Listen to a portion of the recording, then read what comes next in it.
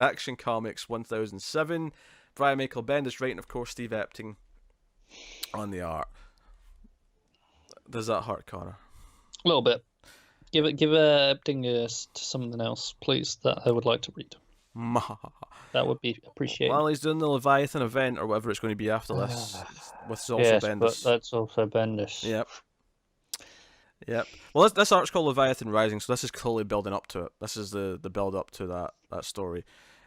We actually, funny enough, this is the first issue that didn't start with a desk. That was just the first arc, seemingly. But it does start with a kind of similar thing where it's like Jimmy's like bag of stuff and his tablets out, and there's a lot of stuff on the notifications. It's it's like Jess chilling, re-chirped your photo. It's a Twitter knockoff, obviously. Perry demanding photos and some other things going on. But yeah, so Perry's actually with a girl, and he's kind of investigating things. He's in Seattle, and she's all like, keep an open mind about this, and she takes him into this place, and he's wondering, okay, what the hell is this going to be? And she's like, just, smart guy, keep an open mind. This will be worth the wait. And she kisses him before they go in, and then he goes in, and do you know what it is? It's a meeting for Cobra. She's trying to indoctrinate Jimmy into Cobra. And the Cobra guy, what was the commander's name? I can't see it. Doesn't matter. Anyway, but she kisses him again, and he's like, "No, this is kind of crazy. They're a bunch of snake people." Obviously not literally, but that's kind of what Jimmy says.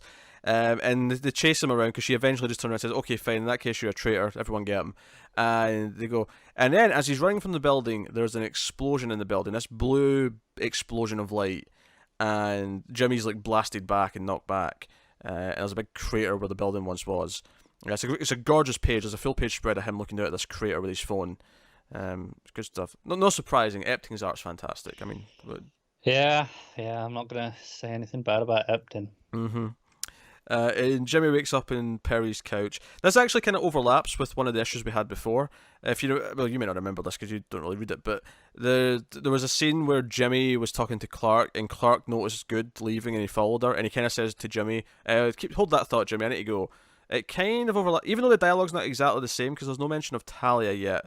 But I'm thinking we're just seeing like a different portion of it. But it ends with Clark saying, "Hey, hold that thought. I need to go." But unless it's meant to be that almost the same scene happened again, but to me it looked more like it was the same scene, and it was following Good out the building. But so here's the big thing that happens in the middle. Lois meets with General Lynn, her father, All right, and tells him Clark is Superman. well, I'm not saying no. See, this is why I hate that Matt's not here, because I felt obliged to have a reaction. Yes. And I don't want to do that having not read it because it's not really fair. It's not fair, no. But I'm pausing to give my voice a rest for a second, just while you. Yeah, but I have to react. Yeah. So she's basically, I don't want to lie to you, and I should have told you this a long time ago, and like, basically says, yeah, Superman's the father of your grandchild, and I'm in love with Superman. I always have been. And we've not had a great relationship, and I should have always told you that. And he kind of listens and just kind of questions it, and then he says, "Then Lois, is this for real?" And she's like, "Yes." And we just have this silent page of him just turning his back and walking away, and she's got tears in her eyes. Is there any evidence that she's kind of spoke to Clark about this? That she's gonna tell him? I don't think she says anything that would imply that. She might have, though. There's nothing to necessarily suggest that she didn't either. No, because that's the thing. Because if Clark's okay with it, then fine. If this is something that she's just decided to tell, it's kind of a dick move. Not really her secret to tell. I mean, it depends. Well, I guess we'll maybe see a scene of like her telling him how it went, and we'll find out if he knew about this first, or if this was something that she kind of made the choice to do because she had to, or whatever. Yeah. But it's a well done scene. It's kind of sad at the end when he turns around because there's not been a whole lot of Superman at this point. But then we turn the page and Superman's there and he hears someone screaming. And who is it but Amanda Waller is falling out the sky. And he catches Amanda Waller. And, she's all like, I'm the leader of Task Force X. No one should know I'm here. What's going on? And then he goes up to the building to see what's happening. And the same blue explosion, this orb-like explosion that happened at Cobra, has now happened at the headquarters for Task Force X, for Suicide Squad. Well, I say headquarters. I don't think it's where all the prisoners are necessarily, but it's a building metropolis. And Superman like saves people. He's grabbing people who are in the building nearby and like, bringing them down. And the cliffhanger here is just that Amanda's disappeared when he gets back to the street level. But clearly, this story is called Leviathan Rising. We're building to Leviathan, and if we are going to assume that Leviathan is Leviathan led by Talia al Ghul, and given that she's kind of getting things ready in Silencer, which we've been reading, we'll talk about that later. This seems to be Leviathan trying to take out other organizations that they see as a threat or competition. And my especially when we get, because at first it was just Cobra. I was like, okay, what's going on? What's this explosion?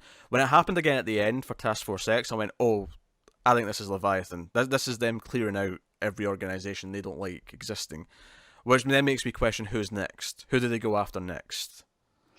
Sure.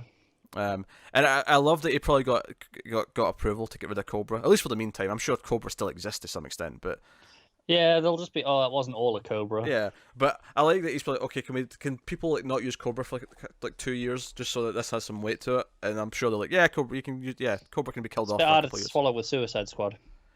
Well, that's the thing. It's not the Suicide Squad themselves, I don't think. Although to be fair, Suicide Squad did just end. Did it? Yeah, I think issue 50 was the last one. I'll take your word on it. I'm sure that just ended. Yeah. I mean, I don't pay any attention to the book, so it may well have done. So if that ended right before this, then honestly, they can have no Suicide Squad for a while until they relaunch it. Yeah. So yeah. In like 2 years at the latest. Well, when the new movie's coming out. So Cobra, at least a section of Cobra is taken out, and then a headquarters of Task Force X, or at least where Amanda Waller hangs out in Metropolis, is taken out. So something's making moves, and that's pretty cool. And the art was fantastic. And the scene with Lois and her dad was pretty emotional. And yes, if this was without Clark's permission, it's a little bit of a dick move, but I kind of understand it if she did. Like, I get it. I get why she wants to do this. But I definitely like that Lois is getting her own plots and getting her own things to do in the book. It is one of those things that inherently actually makes me like Lois a little bit less, though, if she did just do it without Clark's permission. Like I say, we don't know that. But that's why I said if. But if she did, it doesn't make me like her less. I agree it's kind of a dick move, but it's a kind of sympathetic one. Because her motivations for this is that she doesn't want to lie to her father anymore. That she wants to try and mend that relationship. It's like the motivation there is sympathetic enough that it's not like, oh, Lois is horrible because she betrayed Clark's trust. I don't know. Oh yeah, Bendis wrote it, so you just have to. No.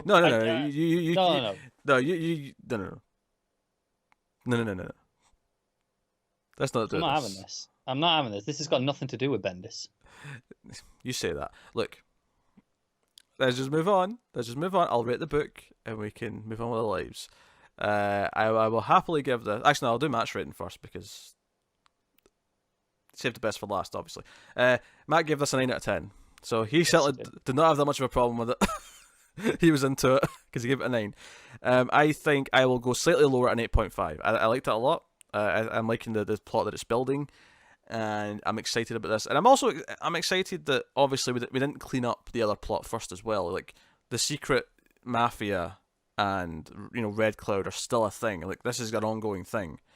That was just our introductory arc, really, and now we'll get more stuff to go. So, Action Comics 1007, very good. Bendis' run is popping, as it were.